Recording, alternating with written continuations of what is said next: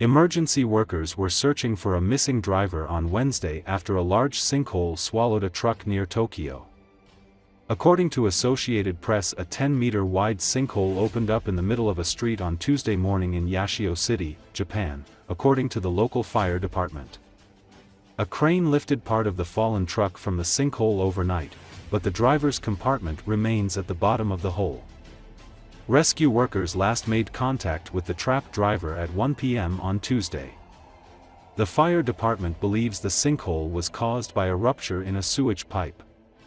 The authorities in Yashio City issued an evacuation advisory to residents in the area of 200-meter radius from the hole.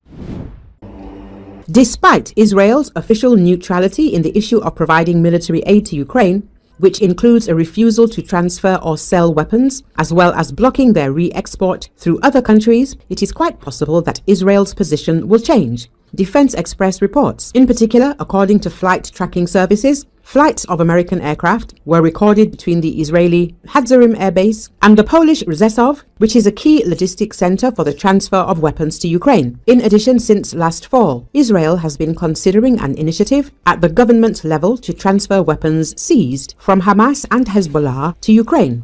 And if this process has already begun, then Israel has made a rather pragmatic decision, because instead of spending money on disposal, it is transferring weapons to those who need them. And it is also taking revenge on those who transferred them to the terrorists, the Russian Federation, because the Kremlin has been willing to accept Hezbollah leaders at an official level and also officially has Iran as a strategic ally which aims to destroy Israel, the article says.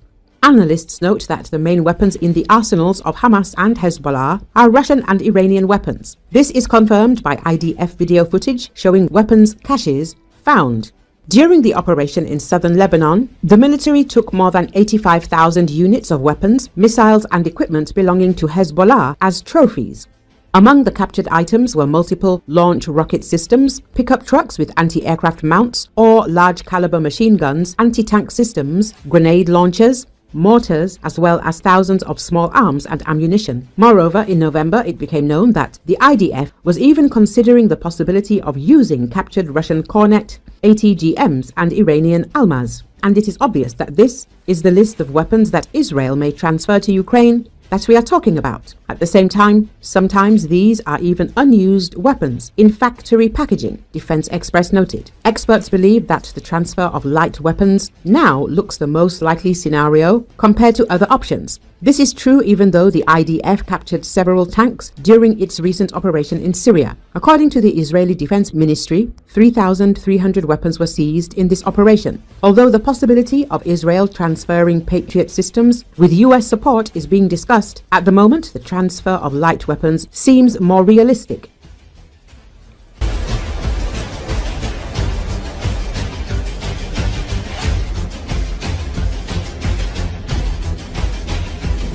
If Ukraine's strikes on oil refineries in Russia were not significant, the enemy would have attacked Ukrainian cities even more. This was stated by Ukrainian military observer Denis Popovich on air at Ukrainian radio, answering the question of how sensitive these attacks are for the enemy. I always give the example of Engels. The week before last, there was the last missile strike on the territory of Ukraine from the planes of the strategic aviation of the Russian Federation, and then only the airfield Olenia was used. The Russian airfield Engels, where the oil depot was already burning, which supplied fuel to the strategic aviation of the Russian Federation, which is based at this airfield, was not used, that is, the planes did not take off from it. And I emphasize that at that time the motor depot, which supplies this airfield with aviation fuel, was already hit, he emphasized. According to him, if the planes had taken off from Engels, then there would have been even more problems from such a strike. At least in Kiev, the lights were not turned off. The strike was not as noticeable as it could have been earlier. Of course, we have no right to forget about the work of our air defense, but we see that it was less massive. I am sure that this happened precisely because the oil depot in Engels was hit. This is an example of how such strikes can have an impact on Russia's conduct of military operations, Popovich explained. The expert noted that fuel is the blood of war. Despite the fact that the army will be the last to experience a shortage of fuel and lubricants due to strikes on oil refineries, the cost of gasoline and diesel is increasing. In addition, the Russian Federation earns money from the export of these materials, and the oil refining industry is also one of the key sources of filling the military budget of the Russian Federation, the observer added.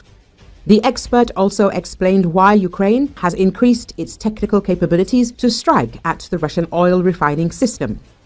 Repeated strikes were carried out against a number of oil refineries, the Ryazan oil refinery, the oil depot in Engels, and other plants. That is, they were aimed in such a way as to hit the targets as much as possible and completely disable the same, for example, oil refineries. In addition, last year, strikes were also carried out on the territory of the Russian Federation against these oil refineries, but then the corresponding oil refining installations were hit. That is, they were more pinpoint. But now we see that they are aimed at destroying the oil refineries themselves. That is, these are not pinpoint strikes against some separate important facility at this oil refinery because of the damage to which the oil refining process could be suspended. This is a strike to disable the plant, with all its tanks, equipment, and so on.